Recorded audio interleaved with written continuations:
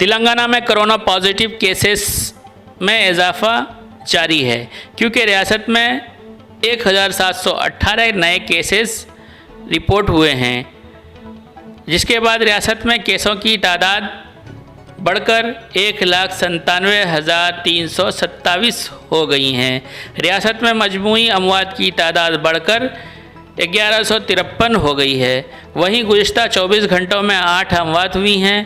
محکمہ صحت کے بلیٹن کے مطابق کہا گیا کہ ریاست میں اموات کی شرح 0.58% ہے، جبکہ ملک گیر سطح پر اموات کی شرح 1.6% ہے۔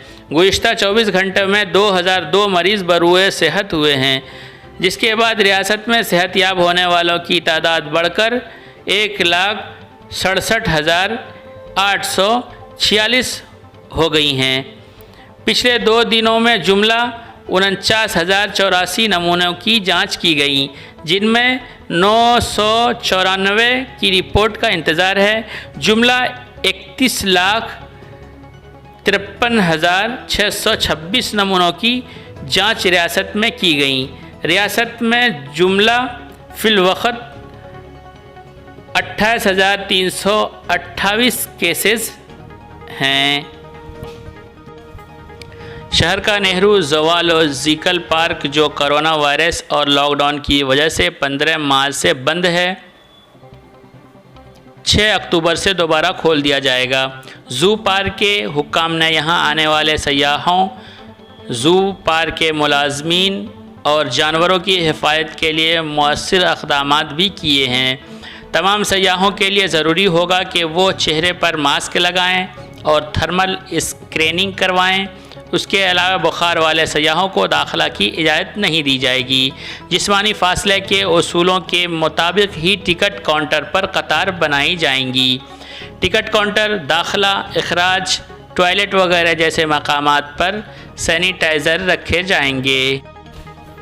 ریاستی وزیر بلدی نظم و نسق KTR نے پرگتی بھون سے 21 ایمبولینس کو جھنڈی دکھا کر روانہ کیا۔ اپنی سالگرہ کے موقع پر KTR نے گفٹ اسمائل کے طور پر ایمبولینس دینے کی وزراء اور TRS کے ارکان اسمبلی، ارکان پارلیمنٹ سے خواہش ظاہر کی تھی، جس پر وزراء اور TRS کے عوام منتخب نمائندے مثبت رد عمل کا اظہار کر رہے ہیں اور یہ مہم تحریک کے طرز پر چل رہی ہے۔ وزراء ایٹلا راجندرا اور ملا ریڈی نے 3 ارکان پارلیمنٹ سری نواس ریڈی اور رنجیت ریڈی نے 3 ایمبولینس حوالے کیے۔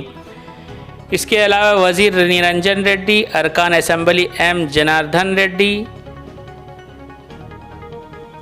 N نریندر، A رمیش، اپیندر ریڈی، وینے بھاسکر، رکن قانون ساز کونسل M مہندر ریڈی اور ورنگل کے لکشمن راؤ نے 1 ایمبولینس حوالے کیے، جس پر KTR نے وزراء، ارکان پارلیمنٹ، ارکان اسمبلی، ارکان قانون ساز کونسل اور ایمبولینس دینے والے دیگر پارٹی قائدین سے اظہار تشکر کیا ہے۔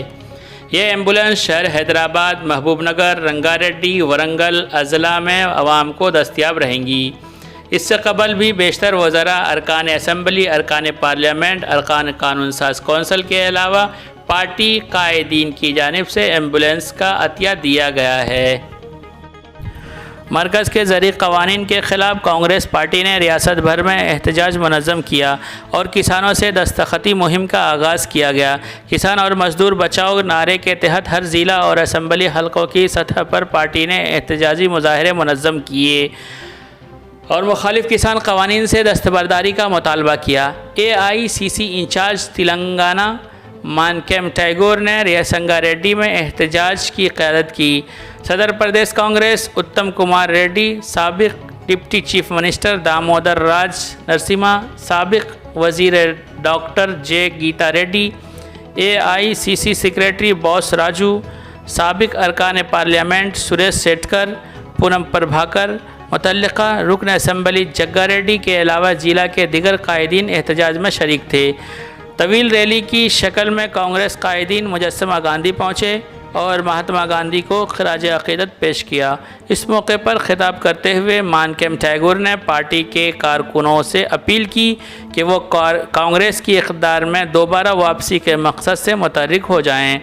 انہوں نے کہا کہ وہ تلنگانہ میں وی ٹرن 2023 کی تکمیل کے لیے بطور انچارج مقرر کیے گئے ہیں اور آئندہ اسمبلی انتخابات میں کانگریس کو 69 سیٹوں پر کامیابی دلانا چاہتے ہیں۔ انہوں نے کہا کہ اندرا گاندھی نے میدک سے انتخابات میں حصہ لیا تھا، لہٰذا وہ سنگا ریڈی سے انتخابی پروگرام کا آغاز کر رہے ہیں۔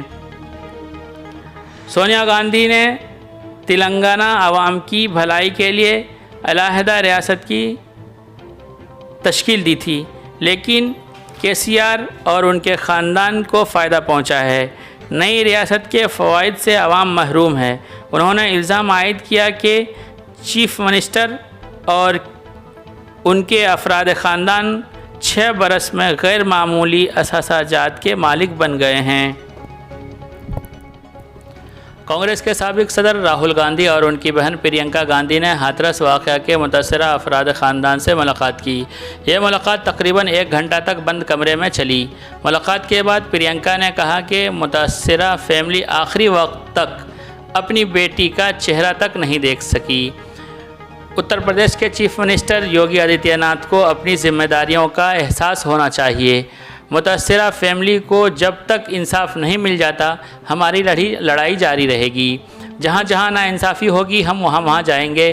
اس سے قبل جمعرات کو راہل گاندھی اور پرینکا گاندھی سمیت کئی دیگر کانگریسی قائدین ہاتھرس جانے کے لیے نئی دہلی سے روانہ ہوئے تھے، لیکن انہیں ہاتھرس جانے کی اجازت نہیں دی گئی۔ سی بی آئی انکوائری سے متعلق اعلان پر رد عمل میں متاثرہ فیملی نے کہا کہ وہ سپریم کورٹ کی زیر نگرانی تحقیقات چاہتے ہیں۔ دلت لڑکی کی گھناؤنی حرکتوں اور شدید زدوکوبی کے 15 روز بعد دہلی کے دواخانے میں فوت ہو گئی۔ اسے اس کے گھر کے قریب رات کے اوقات میں نذر آتش کر دیا گیا اور فیملی کو مقامی پولیس نے آخری رسومات ادا کرنے کی اجازت تک نہیں دی۔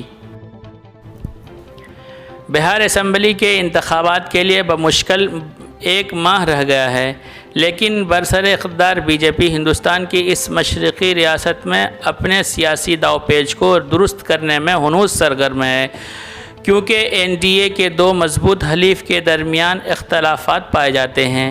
بی جے پی کے سرکردہ قائدین بشمول مرکزی وزیر داخلہ امیت شاہ اور صدر پارٹی جے پی نڈا ایل جے پی کے سربراہ چراغ پاسوان سے ملاقات کی ہے۔ ایل جے پی کے ذرائع نے بتایا کہ پاسوان نے چیف منسٹر بہار اور صدر J D you Nitish Kumar کے تعلق سے شکایات کی ہیں۔ ایل جے پی کے ایک لیڈر نے کہا کہ بی جے پی قائدین کے ساتھ میٹنگ میں نشستوں کی تقسیم کے معاملت کو قطعیت نہیں دی جا سکی۔ کرونا وائرس میں مبتلا امریکی صدر ڈونلڈ ٹرمپ کو سانس لینے میں دشواری کے بعد ہاسپٹل منتقل کر دیا گیا۔ ہاسپٹل منتقلی کے وقت وہ چہرے پر بڑا سا ماسک لگا کر خود چلتے ہوئے ہیلی کاپٹر میں سوار ہوئے۔ وائٹ ہاؤس کے مطابق صدر میں کرونا کی درمیانی درجے کی علامات ظاہر ہوئی ہیں۔ انہیں بخار ہے اور سینے میں درد اور کھانسی ہے۔ وائٹ ہاؤس کا کہنا ہے کہ صدر ٹرمپ کی انتخابی مہم کے تمام ایونٹ عارضی طور پر ملتوی کر دیے گئے ہیں، جبکہ خاتون اول کی ایونٹ بھی ملتوی کر دیے گئے ہیں۔ صدر کو چند روز ملٹری ہاسپٹل میں ہی رہنا پڑے گا، جہاں سے وہ صدارتی امور بھی انجام دیتے رہیں گے۔